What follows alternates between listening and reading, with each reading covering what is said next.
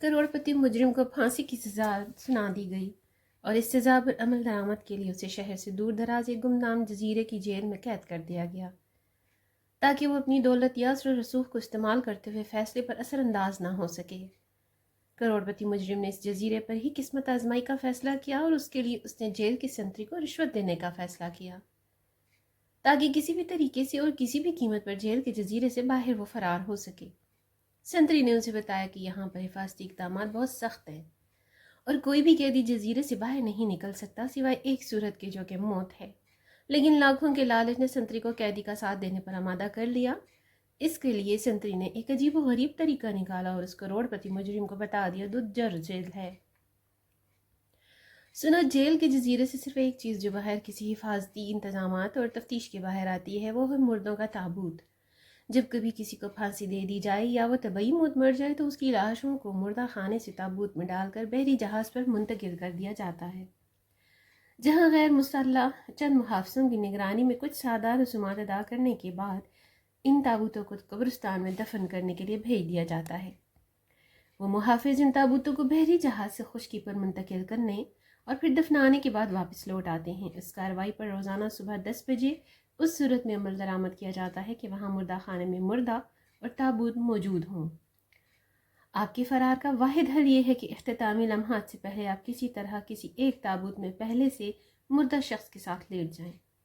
मामूल की कार्रवाई इख्तिताम पजीर हो, बहरी जहाज़ से आप ज़मीन और ज़मीन से कब्रिस्तान पहुँच जाएं। वहाँ जाकर ताबूत को दफन कर दिया जाए और जैसे ही अमला वहाँ से वापसी के लिए निकले तो मैं हंगामी रुख्सत लेकर आधे घंटे के अंदर अंदर वहाँ पहुँचकर आपको कब्र और ताबूत से बाहर निकाल लूँ।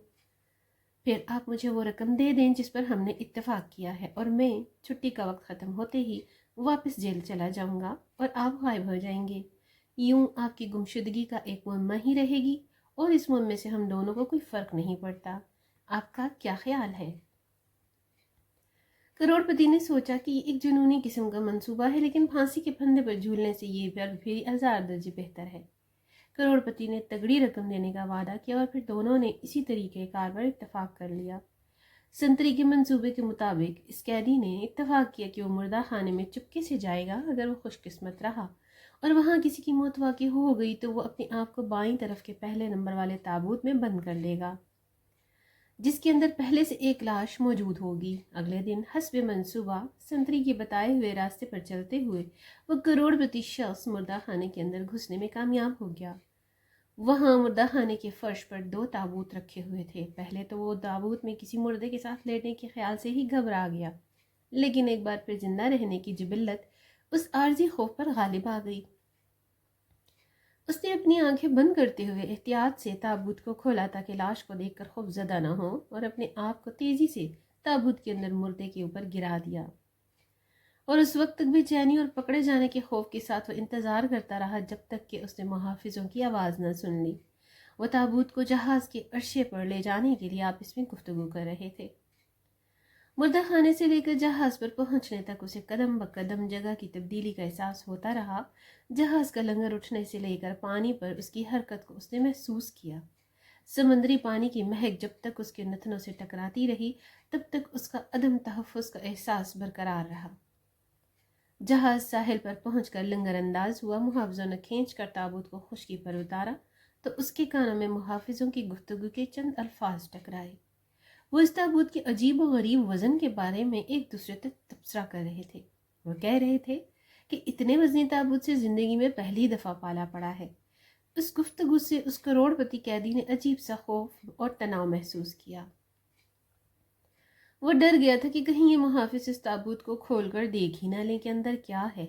लेकिन ये तनाव उस वक्त ख़त्म हो गया जब उसने एक मुहाफिज को लतीफ़ा सुनाते हुए सुना जिसमें वो ज़्यादा वज़न वाले कैदियों का मजाक उड़ा रहा था। मुर्दा खाने से लेकर कब्रिस्तान पहुंचने तक शायद ये पहला लम्हा था जब उसने थोड़ी सी राहत महसूस की। अब उसे महसूस हो रहा था कि ताबूत को गड्ढे में उतारा जा रहा है। चंद लम्हों बाद उसे ताबूत के ऊपरी हिस्से पर मिट्टी के बिखरने की आवाज़ सुनाई दे रही थी और मुहाफिजों के बोलने की आवाज़ आहिस्ता आहिस्ता कम होते हुए ख़त्म हो गई थी। और अब इस अंधेरी कब्र में वो एक अजीब सूरत हाल से दो चार था। इंसानी लाश के साथ 3 मीटर की गहराई में वो जिंदा दफन था और हर गुजरते लम्हे के साथ اس کے لیے سانس لینا دوبھر ہوتا جا رہا تھا۔ اس نے سوچا یہ بات درست ہے کہ وہ اس سنتری پر بھروسہ نہیں کرتا تھا، لیکن وہ یہ بھی جانتا تھا کہ دولت سے محبت سب سے بڑی طاقت ہوتی ہے، اور وہ سنتری وعدے کے مطابق لاکھوں کی رقم لینے کے لیے دولت سے اپنی محبت کی بدولت ضرور آئے گا۔ انتظار طویل ہوتا جا رہا تھا۔ جسم پر پسینہ بہنے کا احساس یوں ہو رہا تھا جیسے ہزاروں چونٹیاں دھیرے دھیرے رینگ رہی ہوں۔ سانسیں دھونکنے کی مانند تیز تیز چلنے لگی تھیں اور حب سے دم گھٹ رہا تھا۔ خود کو مطمئن کرتے ہوئے وہ کہنے لگا، بس مزید 10 منٹ کی بات ہے، اس کے بعد سب کچھ ٹھیک ہو جائے گا اور وہ دوبارہ آزاد فضاؤں میں سانس لے گا اور ایک بار پھر روشنی دیکھے گا۔ سانس لینے میں دقت کے باعث اب وہ مسلسل کھانسنے لگا تھا۔ مزید 10 منٹ گزر گئے۔ اس قبر میں آکسیجن ختم ہونے والی ہے اور وہ سنتری ابھی تک نہیں آیا۔ اسی سوچ میں تھا کہ اس نے بہت دور سے قدموں کی آہٹ سنی۔ ان آوازوں کے ساتھ ہی اس کی نبض تیز ہو گئی۔ ضرور یہ وہ سنتری ہی ہوگا، آخر وہ آ ہی گیا۔ آواز قریب پہنچ کر پھر دور ہوتی چلی گئی۔ اس نے محسوس کیا کہ اسے ہسٹیریا کا دورہ پڑ رہا ہے۔ اسے ایسے محسوس ہونے لگا جیسے لاش حرکت کر رہی ہو۔ ساتھ ہی اس نے تصور میں دیکھا کہ اس کے نیچے دبا ہوا مردہ آدمی اس کی حالت پر طنزیہ انداز میں مسکرا رہا ہے۔ اچانک اسے یاد آیا کہ اس کی جیب میں ماچس کی ڈبیا ہے اور تیلی سلگا کر وہ اپنی کلائی پر بندھی گھڑی میں وقت دیکھ سکتا ہے کہ یہ سنتری کے وعدے کے مطابق کتنا وقت گزر گیا تھا اور کتنا باقی ہے۔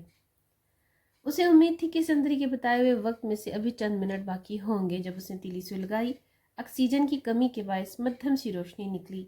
شعلے کو گھڑی کے قریب لا کر اس نے دیکھا تو پتہ چلا کہ 45 منٹ سے زیادہ کا وقت گزر چکا ہے۔ گھڑی میں وقت دیکھ کر اب وہ حقیقی معنوں میں خوفزدہ ہو چکا تھا۔ ملگجی روشنی میں اسے محسوس ہوا کہ اس کا چہرہ مردے کے چہرے کے بالکل قریب ہے۔ اس نے خود سے سوال کیا، کیا مردہ شخص کا چہرہ دیکھنا اسے مزید خوف میں مبتلا کرے گا؟ تجسس اور خوف کے ساتھ اس نے اپنی گردن موڑی، شعلے کو لاش کے چہرے کے قریب کیا اور دہشت کے مارے اس کی ریڑھ کی ہڈی میں سرد لہر دوڑ گئی۔ مرنے سے پہلے اس نے دیکھا کہ یہ تو اس شخص کا چہرہ ہے جسے زندہ دیکھنے کی امید میں وہ یہاں زندہ دفن تھا۔ وہ اسی سنتری کی لاش تھی۔